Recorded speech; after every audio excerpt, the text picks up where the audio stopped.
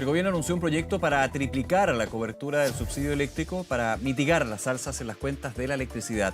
Para abordar este tema, tomamos contacto con el diputado de Renovación Nacional, José Miguel Castro, miembro de la Comisión de Minería y Energía de la Cámara. ¿Cómo está, diputado? Gracias por acompañarnos. Muy buenas tardes, muchas gracias. ¿Cómo evalúa usted el anuncio del gobierno del ministro de Energía aquí durante la mañana? A ver, hay varias cosas. Este gobierno, primero que todo, efectivamente tiene una persona que está conversando con nosotros, que está poniendo la pelota en el piso, que es el ministro Pardo, pero por otro lado, el dueño de la billetera fiscal no se ha hecho presente en las comisiones y yo espero que de una vez por todas pueda estar con nosotros y pueda decir realmente si hay espalda o no, el ministro de Hacienda, efectivamente.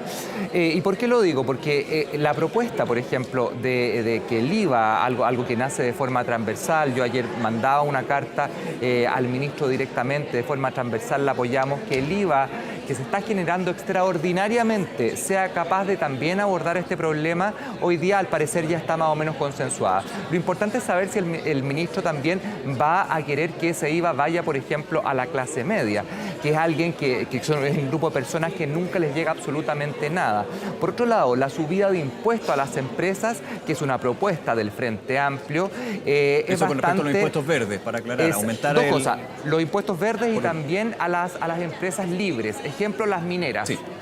¿Qué es lo que pasa con eso? Que estamos acostumbrados, por ejemplo, en los retiros o en algunos otros tipos de experimentos que modifican la economía. Para mí no está claro si los números nos van a dar o no. Entonces yo le podría adelantar desde ahora y decir, efectivamente, estamos peleando y creemos que el IVA va a ser una buena solución en parte, y hay que decirlo claramente, aquí igual nos van a subir las cuentas de la luz a todos los chilenos, pero obviamente lo del IVA va a ayudar. El problema lo vamos a tener en los impuestos, que ahí vamos a tener que ver las modelaciones, porque cuando no se hacen modelaciones y se tiran al chiroleo, se tiran al aire, estos avisos muchas veces generan expectativas que a veces no se cumplen o peor aún, dañan la economía y no queremos eso. Ahora, con lo que tiene que ver con impuestos, la propuesta que usted dice se da desde el Frente Amplio, ¿es factible cuando, por ejemplo, una dinámica quizás más global, pero lo que fue reforma tributaria y los componentes del pacto fiscal, no ha habido el apoyo por parte de la oposición, por ejemplo? Es que efectivamente es difícil. ¿Es difícil por qué? Porque ellos nos dicen, vamos al impuesto verde. ¿Qué es lo que es un impuesto verde de base? Un impuesto verde es incentivar a que no se sigan haciendo actividades que, por ejemplo, están contaminando. Los impuestos correctivos, como se... Exacto. Hoy día este impuesto específicamente es simplemente para tener dinero. Claro. Que lo saque de una parte que eso suena bonito. No sé si en contra, pero por otro lado, digamos. No a recaudación, claro, pero no correctivo de una práctica. Pero no es correctivo, no va a corregir. Y si fuera correctivo y lo pensáramos, ok, y van a salir 4 o 5 centrales termoeléctricas, son las que están hoy día dando justamente los horarios en que la energía verde no entregan energía, en la noche. Entonces, ¿cómo va a afectar eso a todo el sistema eléctrico, que es muy complicado? Es lo que nosotros queremos ver con números, y no con grandes avisos, sino que con números. En base a eso podemos tomar o no nuestra votación. Porque hay que decir algo, o sea, nosotros aquí empezamos desde la ley PEC 1, que fue para el estallido social, claro, la 2019. Ley PEC 2, exacto, la ley PEC 2, que yo la voté en contra porque sabía que justamente iba a pasar esto, que justamente muchos votamos en contra porque sabíamos que día a día íbamos a aumentar en $3 millones los intereses y no queríamos llegar a eso. Bueno, llegamos hoy día a eso y lo que hay que buscar son las soluciones, y yo creo que las soluciones no solamente van por el IVA, hay cosas que no se han tocado acá, pero yo creo que es importante y las vamos a poner sobre la mesa, sobre el proyecto de ley. Por ejemplo, reasignaciones. ¿Cuántos programas mal evaluados en este gobierno existen y que perfectamente podrían ir a la ayuda de aquellas personas que lo necesitan? ¿Cuántas contrataciones extras tenemos? Más de 100.000 personas contratadas en este gobierno, que son cientos de millones de dólares que se pierden o que, bueno, no le han mejorado, yo creo, la vida en general al chileno común y corriente. Yo creo que ese tipo de cosas también hoy día las tenemos que ver. Y algunas soluciones técnicas también para pensar en el futuro.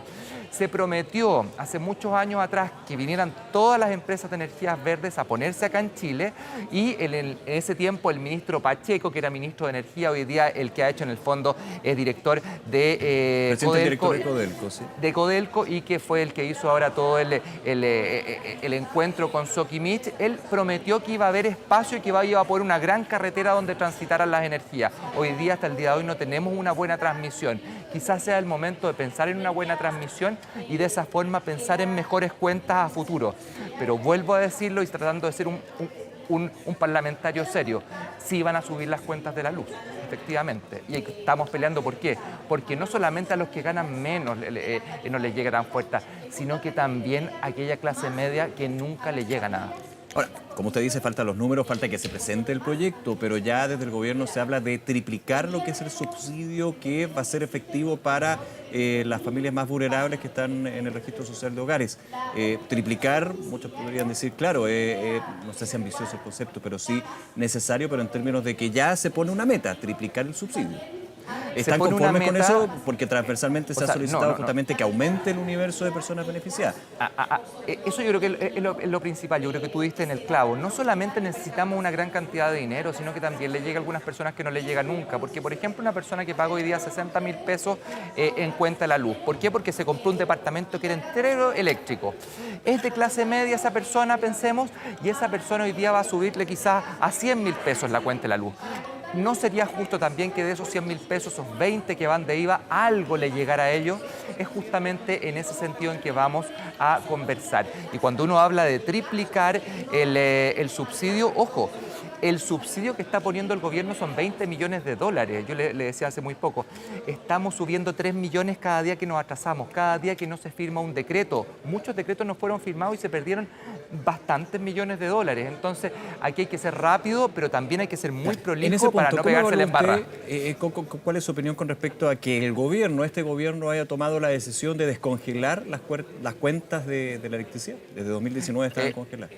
Es algo que debería haberlo hecho en PEC 1, o sea, en PEC 2, perdón, el año 2022. Si esto por algo le votamos en contra de esa ley, porque sabíamos que iba a pasar esto, entre más tiempo nos demorábamos, más íbamos a generar esto. Pero ahí nos vamos al tema político, el cual es el tema político, que justo estábamos a puertas de la votación de la primera convención constitucional y ellos obviamente querían que eso saliera bien, no tener problemas políticos. Al final igual se ganó por un 60%. Ahora, pero, algunos podrían decir que también no se deberían haber congelado nunca las cuentas de la electricidad. Lo pongo claro, desde lo frío, claro, digamos, porque entiendo que hay muchos factores. Y eso fue el gobierno anterior. Efectivamente, y el gobierno anterior, ¿por qué bajo una acusación no de un ministro ni una interpelación? Ahí no estaban acusando al presidente de la República y echarlo abajo.